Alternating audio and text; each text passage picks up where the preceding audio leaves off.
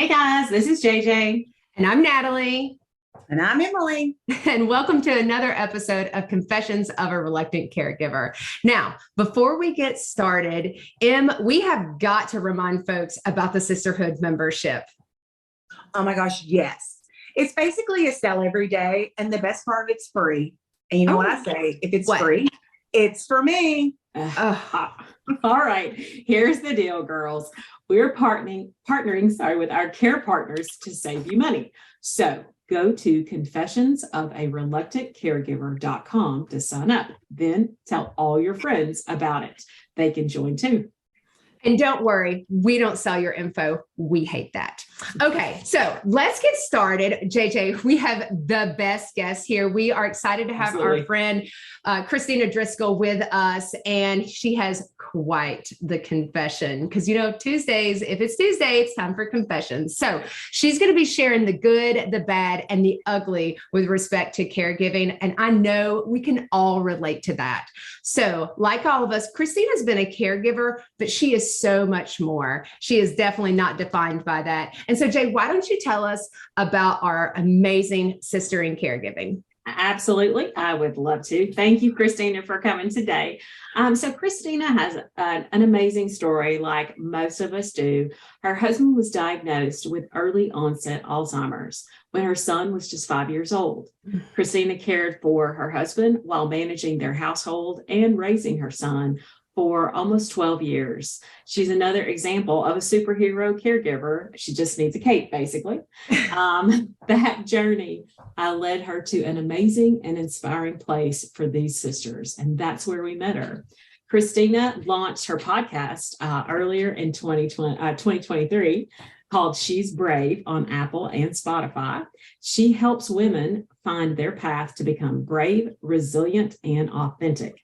She can be found on Instagram, Facebook, and at www.shesbravepodcast.com. So you definitely want to look her up. Little inside info on Kristina. She's on the board of directors of Sanctuary One, an animal rescue organization in Oregon.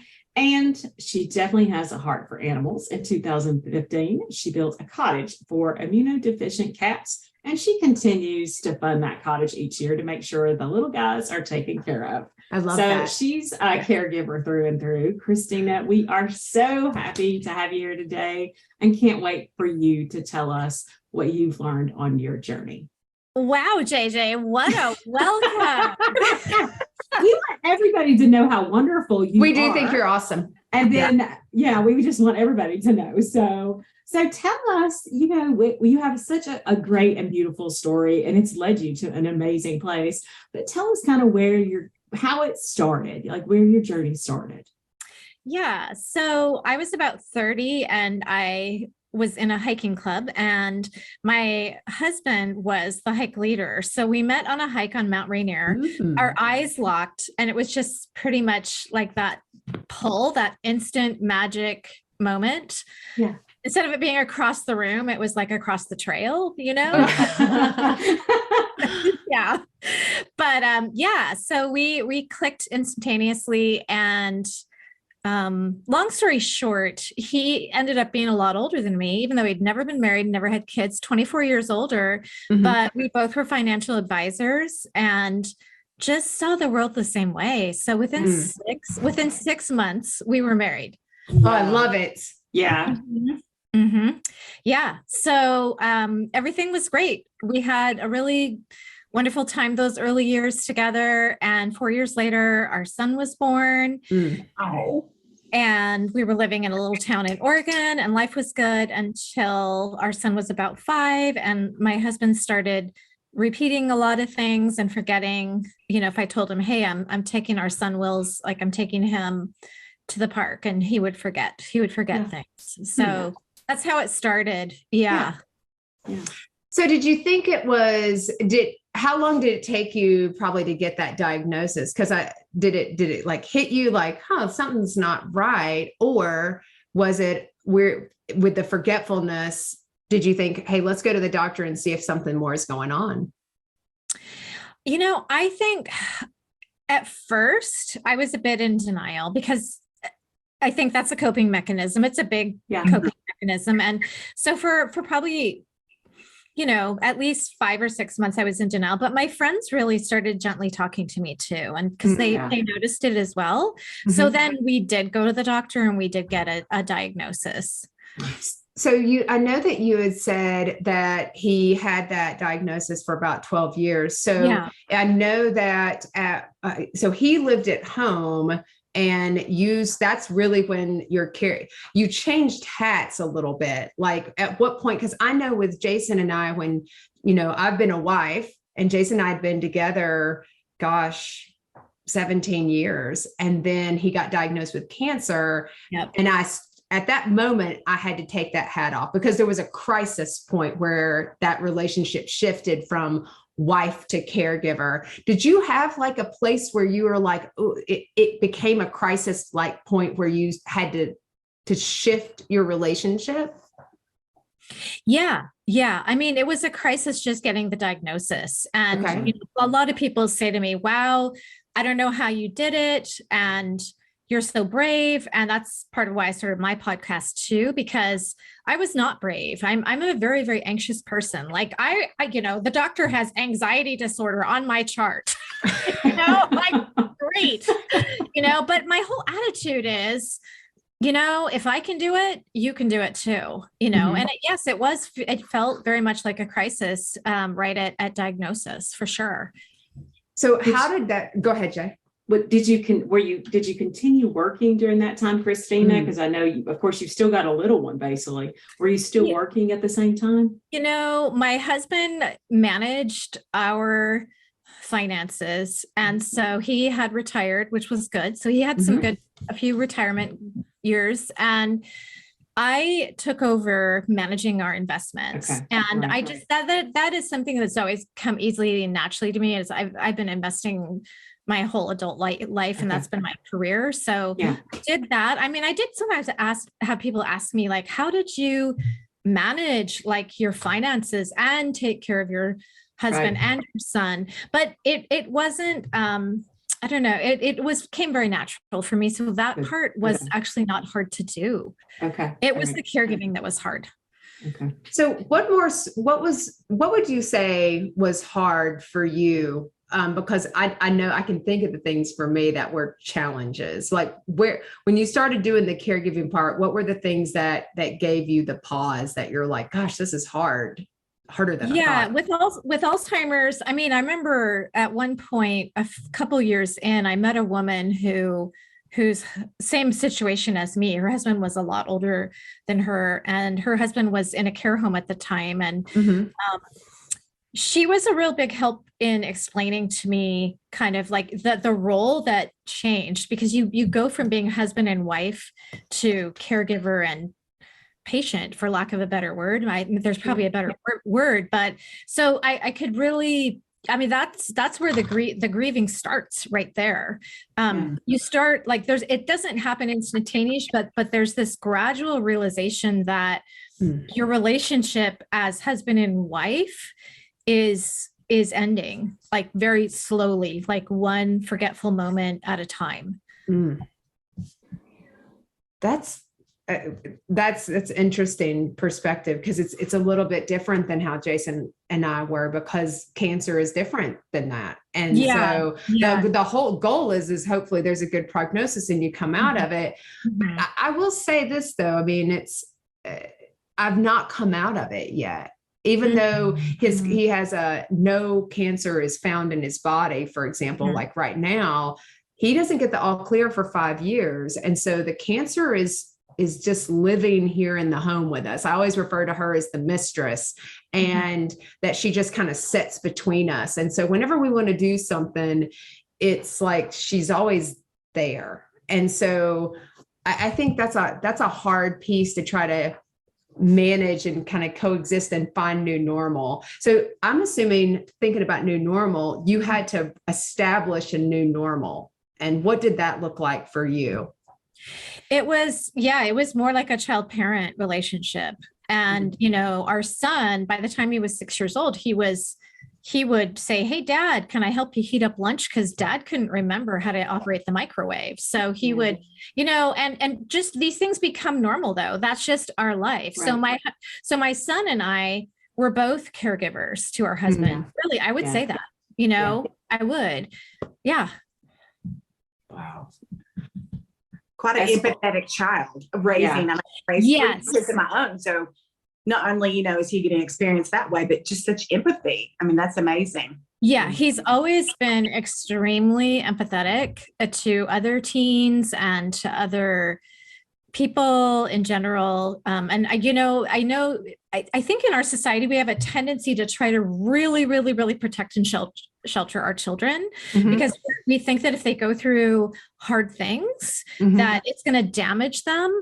But I never had that attitude. I always had a tremendous faith in God. And I always had a tremendous faith that this was my path, that I needed to embrace it.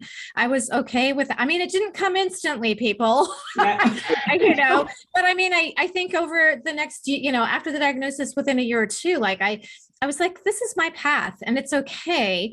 And I always had faith that God was going to take care of my son too, and that he was going to be okay. And he just graduated from high school. He's doing a gap year. He's doing some travels, some work. He's enrolled at Colorado College for the fall. He set a record in high school in running at all time. Wow. So he, you know, he did a lot. He graduated with the international baccalaureate. I'm stepping into being my mom. Being like, we're proud of him. You know what though? But the point is that he's doing great. Yeah. Well, and you know what? That is so, you know, I want to flip into that a little bit. Like, now I'm going a different direction a little.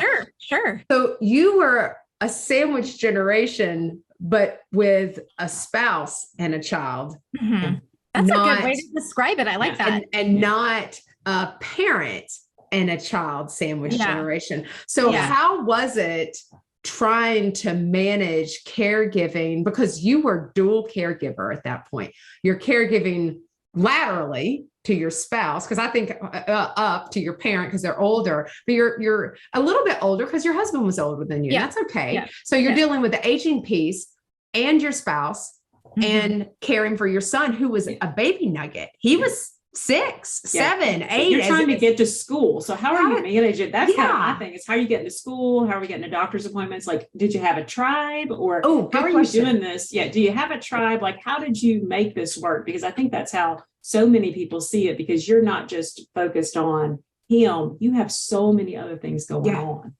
Yeah. So getting back to that crisis moment in the small town in Oregon, I did have a bit of a knee-jerk reaction in that I wanted to be closer to my family. My family is just across the Canadian border. So the first thing we did immediately was move from the small town in Oregon up to a cute little town, 40 minutes from my parents' drive, very close to the Canadian border. And so that they could be there to support me. And they were helpful. It was interesting because my husband moved for me the first time. He didn't really want to leave Oregon. I think he didn't understand really the implications. Looking back on it, those people are still my best friends, the moms that I met in baby class, and those people I'm still extremely close with. And I ended up moving back when my son was in high school for a while. That's kind of a whole nother thing. But we moved up to the Canadian border. My husband did that for me. He was already losing his words and he couldn't make friends in that small town, and he became very lonely. So he said to me, I want to be near my people. I remember that's how he would say it, because he couldn't think of the right words. So and Emily's nodding because knowing that, your mom has word we refer to a lot of people as like our people. Our people. Okay. Yeah. So we basically moved to a suburb of Seattle because my husband came from a big family, and the family was all in this Seattle area. And he was right. They were amazing. And they really were wonderful about visiting him. And so, those things were what I did to help cope, to get through the situation. Yeah. So during the time, because I know you were parenting your son and then also supporting your husband too at the same time, how did you kind of take care of yourself? Like what was your pieces to keep your sanity? Because I'm going to tell you that feels exceptionally like you said, I'm self-diagnosed or I'm diagnosed with anxiety. Me too. Hi, hashtag me too. You know, even if I'm not, I am. Yeah. Right. Right. So like I know, I kind of feel that way too. Yeah. Yeah. How can you basically not have anxiety in that situation? Yeah. Like that's what you're saying. And I agree with that. Like how I don't think I'd be a human if I didn't. Right. So what are things you did for yourself that those moments, and people say, okay, well, self-care is really not selfish. It's self-love. Somebody said that the other day, and I totally agree. What are things that you did to try to keep that sanity and keep yourself to not lose yourself to everyone because you're giving so much? You know, I really became a compartmentalizer, and I would go out with my friends a lot, girlfriends, big time, or with even my family or cousins or different people. And I wouldn't talk about what was going on at home at all, like zero. And people knew that, like that I just wanted to be, or like, talking about mom stuff, being moms together, talking about our kids, talking about life, travel. We actually did travel with my husband, even when he had Alzheimer's. We did some like National Geographic trips where it was small groups, and they were wonderful. They actually kind of helped me a bit. And so we just kind of, those things help you feel like you're more normal. You kind of can forget your situation. And I also in Bellingham, well, I did counseling throughout the whole thing. I mean, I just think it was super, super helpful. I went to various counselors wherever I lived. I would go to see someone. That was extremely helpful too. But I think there was a lot of compartmentalizing of going out with friends and just literally pretending I was somebody else, kind of. And one time I remember, like in Bellingham, I was having lunch with my husband and one of my girlfriends and her dad. Her dad had Alzheimer's as well, and she was dealing with it. So it was great because we were super close. And I remember her looking across the table at me. It was a sunny summer day or something. And she said, let's go to Hawaii. Let's just leave all this behind us. Let's just leave. And I was like, yes. That's okay. We support you going to Hawaii. Sometimes I'm thinking Emily thinks that, and I'm like, Lord, please don't let Emily leave. No. I will tell you, and Emily knows this because I've said this in our podcasts. Emily, I would have my Beats earbuds in, and I'm talking to Emily as I'm going to Trader Joe's or I'm going to Morton Williams, because those were my two places that I would escape to. And I would talk to Emily, and I'd look around the city, and because we were New York City, and I would just go and I'd say, I just felt like I was a New Yorker. I didn't even think about, I know it sounds crazy, but it was just my way to escape. And I don't know if I was pretending that I was like Carrie from Sex and the City, or maybe really Samantha, but yeah. So I'm probably more of a Samantha kind of gal, but I would just, it was those times when you were able to get away and just, Yeah. That's such an interesting point, because I definitely did that. Like for me, even going to the grocery store, my husband was never, thankfully, that difficult. Like I know sometimes with some people, you have to take away the car keys and stuff. And I remember the day that my husband came to me in the little town by the border. He had been driving our son to school still. That was the only thing he was doing. But he literally handed me the keys. And he couldn't say a full sentence, but he said, I think you should, and then he just handed me the keys, and I said, yeah, I think you're right, and he never drove again. And so he was really, really, really graceful about things like that. But getting back to, you go to Trader Joe's, Trader Joe's, or even Whole Foods, or even any grocery store, it's like any errand. I could literally say that.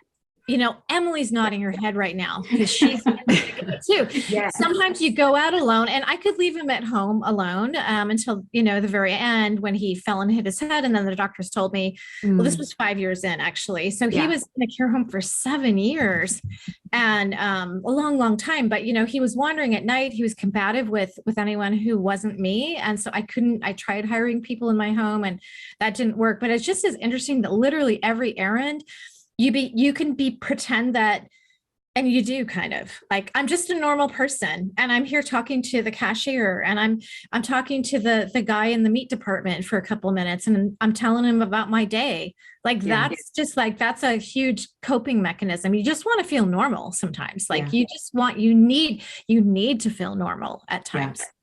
Yeah, absolutely. I will tell you, and this is a thing, I think every caregiver who is listening will not think what we're talking about is crazy. Like if you haven't experienced it, you'll think, that sounds crazy. Why are you making up? It's almost like you're dissociating. And the reality is you kind of are. You kind of are. And that's okay, because it's like daydreaming. Daydreaming is a dissociation, and it is totally healthy. So there's healthiness, and it's the way that we cope. Yeah. And so, but I can tell you, I know Emily is shaking her head because she's done it. And so it's really interesting how therapeutic it is for you. Because I guarantee you, every caregiver's done it. Like, I just go pretend over here for a second, and then you come back, because it's always there. Caregiving never really leaves. I think I was quite the clothes shopper. I'm not nearly as much of a clothes shopper, but I was quite the clothes shopper during those years. That was also very therapeutic. Yeah. You go to the nice clothing store and somebody's like, here, try on this. Here, I'll fold that up for you. Here, Oh, I love that. I love that. Yeah. So, it's such a different, we've had a couple of people who've had loved ones who had Alzheimer's or dementia. And so it definitely, your husband sounds like a different journey than some of our others. Mm-hmm. And so it breaks my heart when you say he hands me the keys and in his own way with limited speech says it's time, and that he's insightful enough. And I know people talk about meeting that individual where they are. And that's how to help them thrive, because just because they have that doesn't mean they have lost intelligence, that they're not smart anymore. It's just their ability to communicate. So I know that you said that you had to eventually, after 5 years, go into some level of facility. And so how was that decision? Because I know it wasn't easy. So how was kind of what in the, like, how did you, and it sounds like you knew from the doctor, but kind of walk me a little bit through that. And then how did your caregiving journey change, him being in a facility? Yeah, I would say that might've been the hardest moment. And I had been advised professionally, don't wait until you feel like you're going to have a mental breakdown. And this is just being said to me like this, every single person will kind of hit a wall at some point. Mm-hmm. So you want to ideally try to have them placed in a care home before you hit a really serious wall. Mm-hmm. But of course you never listen to that. You don't. So he did fall and hit his head, and so that was really, really clear. I did see a PhD psychologist who specialized in working with people with Alzheimer's, because I wasn't sure how to handle the part of telling our son. Yeah. So she gave me some interesting advice. She said, you can't tell him ahead of time. She said, because if you tell him, okay, Wills, Daddy's going to the care home tomorrow, don't tell him. Well, then he's going to feel like he's betraying his dad. But if he tells his dad, he's going to feel like he's betraying me. So it's a no-win. Yeah. It was hard. It was hard to send him off to school, but my father came down from Canada actually.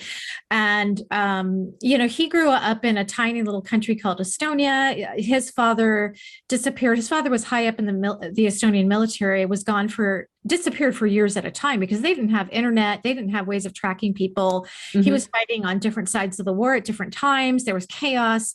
So periodically throughout most of his childhood, he grew up without a father. Mm-hmm. At the end of it, he was reunited with his father in Sweden. He lived in 4 countries. He learned 4 different languages, ended up in Canada when he was 17, learned English, became a chemical engineer. He's a rock star. So, so my father came down and helped me take Bill to the care home. Bill was so oblivious at that point that he was just happy to join in on whatever activity they were doing. So there was no problem there. When my son came home from school, we had to sit him down and tell him that, for safety reasons, dad has to be in a home now. And my son began to cry really hard, and we hugged him, and my father, took him by the shoulders and looked him in the eye and said, I grew up without a father and I turned out just fine. And you're going to be just fine too. And to this day, my son still has a very, very strong bond with my dad, who's almost 90 now. And he says that he feels like, he's a lot like his grandpa. He says things like that. It's kind of interesting. So he relates a lot with his grandpa. Yeah. So really, I'm assuming that you all visited, and because as Will aged, it just became your routine. You normalized it. Yeah. For him. Yeah. And I mean, we would try to go when there are activities, because then it's more fun. Like if you're doing a craft or there's some music, or even then, like you kind of feel like you can forget it. Sometimes there'd be live music and we could dance together. Like I have a photo of us dancing together, like probably 5 years ago, on New Year's Eve or something, it's just, yeah. So I want to ask about what you're doing now, because I think that has brought you to an amazing place, the journey. So I talked to you a couple of weeks ago, and I know you had said there's so much that you could talk about Alzheimer's and about your journey with your husband, but that's something that has happened in your past, and you are in the present and looking forward. And so you've started a new podcast. Yeah. And tell me what got you to that point and talking about She's Brave, because that's me, that's Natalie, that's Emily. Tell us about that. It's said, and I love telling you guys this story, because this is so interesting and so personal for you, because when I decided that I was going to start a podcast in September, decided to take that journey, I really felt like I need to start a podcast for caregiving, because I had felt very isolated and alone. I will admit, a lot of that was my own fault. I feel like I just kind of assumed that people wouldn't understand. So I did feel very isolated and alone. And so the original intent was to start up a podcast to support caregivers. But as I started down that path, it felt incredibly heavy. And what I finally realized was that I'm not in the middle of it anymore, but I'm taking myself back in time, and I'm living in the past every time. So if I'd done a podcast on caregiving, I would have just kept traveling back in time to a very difficult, hard, lonely time of my life. And for some reason it felt wrong, but I felt guilty. I will tell you, girls, I felt very guilty, because I felt like I needed to help the world, and I wasn't stepping up to the plate by starting this caregiver podcast. So I did a lot of research. I talked to close friends and family and asked them, what are my strengths? What am I here for? And the same answer kept coming back to me over and over and over again. You're incredibly brave. You're incredibly resilient. You are 100% authentic. You live your life according to your own standards. You don't worry about what other people think around you. You just charge ahead in there. And what I realized was that, yes, I mean, there were some paths, and the first time that I really stepped into my authentic self was choosing to marry a man 24 years older than me, knowing that it was the right path, knowing it was the right decision, knowing that I had found the first love of my life, and I have no regrets about that. Yeah, I love that. And I'll tell you this. Girls, Kristina and I met through the podcast class that we're taking.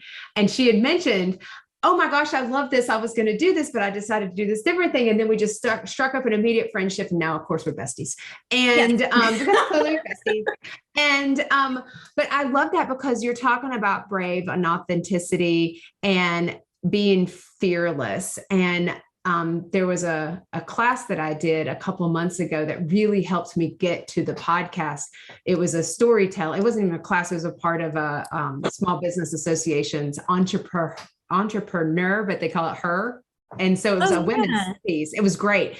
And there was a lady, Lee came on from Hoot and Holler, and she said, storytelling is healing. Storytelling is healing. She said, and I want you to finish this sentence, and you're going to write for 5 minutes. And it says, I am my fiercest when, and in my fierceness, I am. And so I think in your fierceness, you feel fierce. You're brave, you're authentic, you don't apologize. I don't have to justify my answers to anyone. It gives me cold chills now because I know what I wrote. I was like, I don't have to explain why I did whatever with my husband. I don't have to explain or justify to you my decisions. And I think your podcast and what you're looking to do says that, and in its essence, who you are. Yeah. Thank you. Yeah. And I was going to say also, like, so many people and women would come up to me and say, you're so brave. You're so brave. And I just really want to say, okay, yes, but you are too. Like, we all are. Like, if I can do it truly, like, if you would ask me if I could do that, I would have said, no way, no way. Like, and the other cool thing was that when I met you guys, I literally, here's my confession, took a sigh of relief. Thank God there's somebody that's going to do the thing that I was going to do, but I didn't want to do it. We have lifted your burden. Well, lifted my burden because I felt guilty. Like, I know the need is so huge, and it's such a huge need out there to create a community, and where women in particular can not feel alone in this journey. But I also just knew on praying and reflecting in my own life that for some reason I wasn't meant to do this. I was not meant to have a caregiving podcast. And you know what? His plan is perfect. I'm just going to tell you, his plan is perfect. And if you listen, and we know that if you are quiet and you listen, you'll hear the right answer.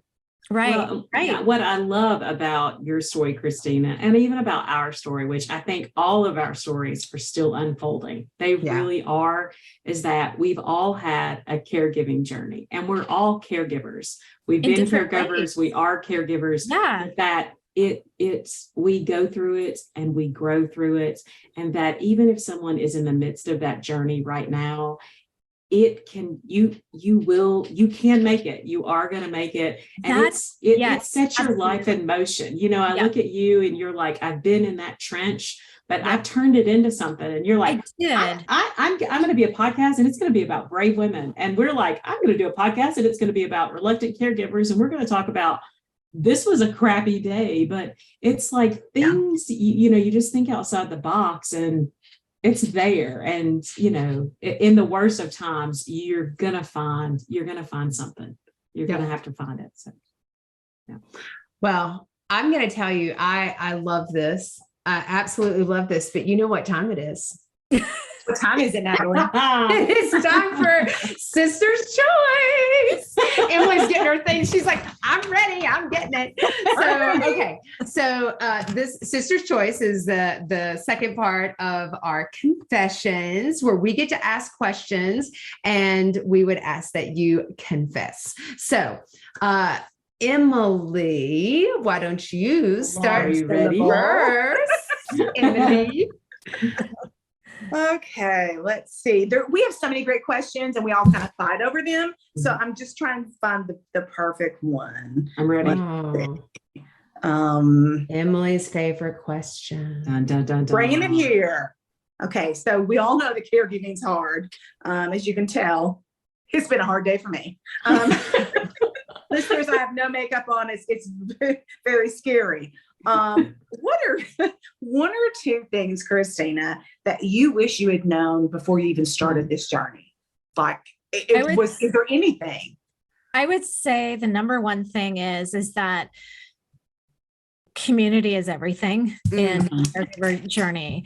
So I think I didn't reach out to enough people. I don't think I communicated enough about how much help I needed. Like, I think even if I just said, I cannot get myself to go to the store to pick up a loaf of bread, and some milk. Like I can't, just to ask somebody for a little bit, to ask for more help, to the community, it was a different world back then. We didn't really, podcasts were not really a thing, or they were new and I didn't know about them. But I just think that this platform right here, podcasting, this is a beautiful, beautiful concept.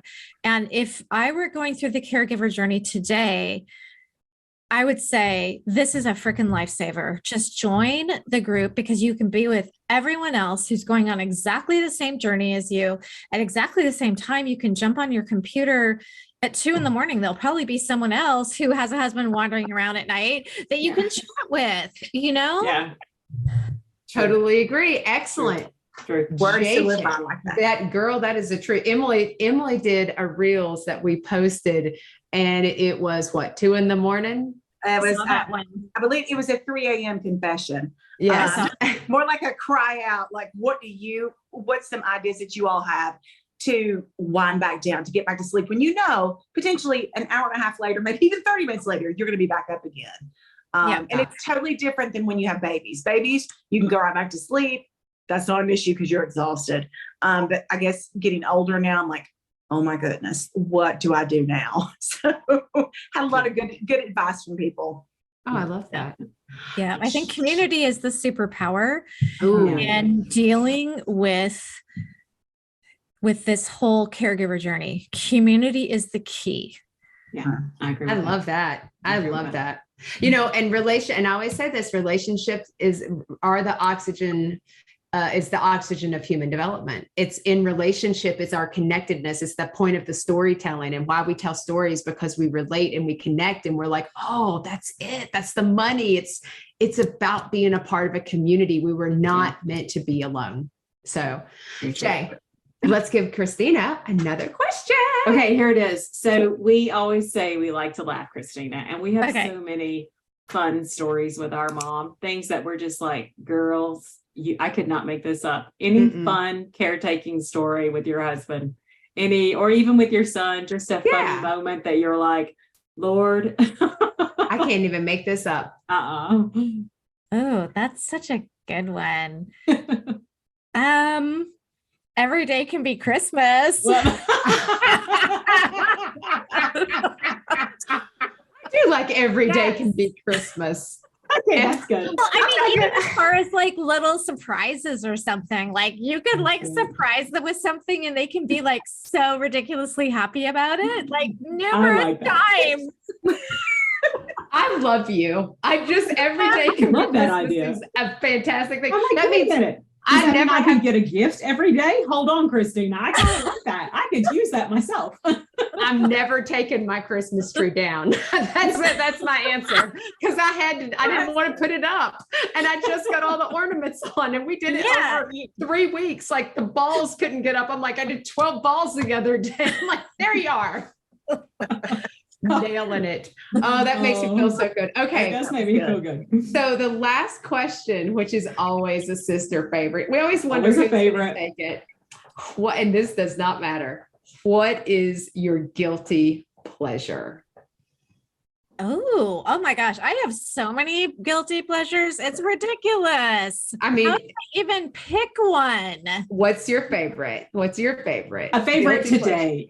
Even if it's today, what's your guilty pleasure? Like, ooh, I did that just for me and I don't even care. I would say, I'm going to say Ben and Jerry's ice cream. It's the best.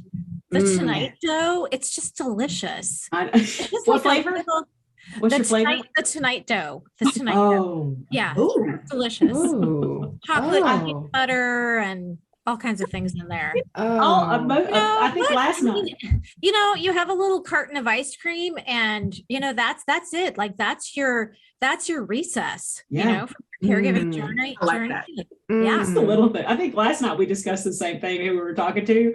Hers was what was it? Chocolate, salted. No, caramel. it was dark chocolate, sea salt, caramel, and I little like that. chews. And I'm like, oh, that's good. You saying ice cream in the little pint makes me think of icing that you put in the refrigerator. Cause I can remember my favorite is going in and eating icing that's been in the refrigerator, and it never makes it to the cake. I'm just sitting there eating it, delicious. or cookie dough. Yeah, Don't even love care. It. Love it. And maybe we could do like a podcast on favorite foods, Natalie. Our I guilty think that might be pleasures. Guilty pleasure Guilty foods. pleasures. I like Yeah, that. there you Guilty go. pleasures. You know, that's a podcast name right there. Guilty pleasures. Pleasure It's a foods. 5-minute podcast. Come talk about what, you know, that moment that you're in the bathroom eating by yourself and your kids are like, hey, what you got in there? Not a thing. Not a thing. Not a My whole thing. bag of Oreos. Yeah. Eating I'm them by good.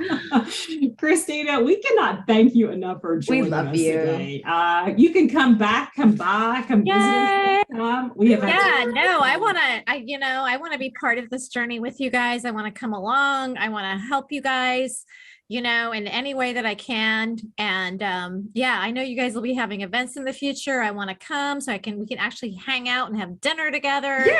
We would love that. Yeah. Well, we want to thank all of our guests as well for our listeners for listening to us today. We know everybody is super busy and we so appreciate your time.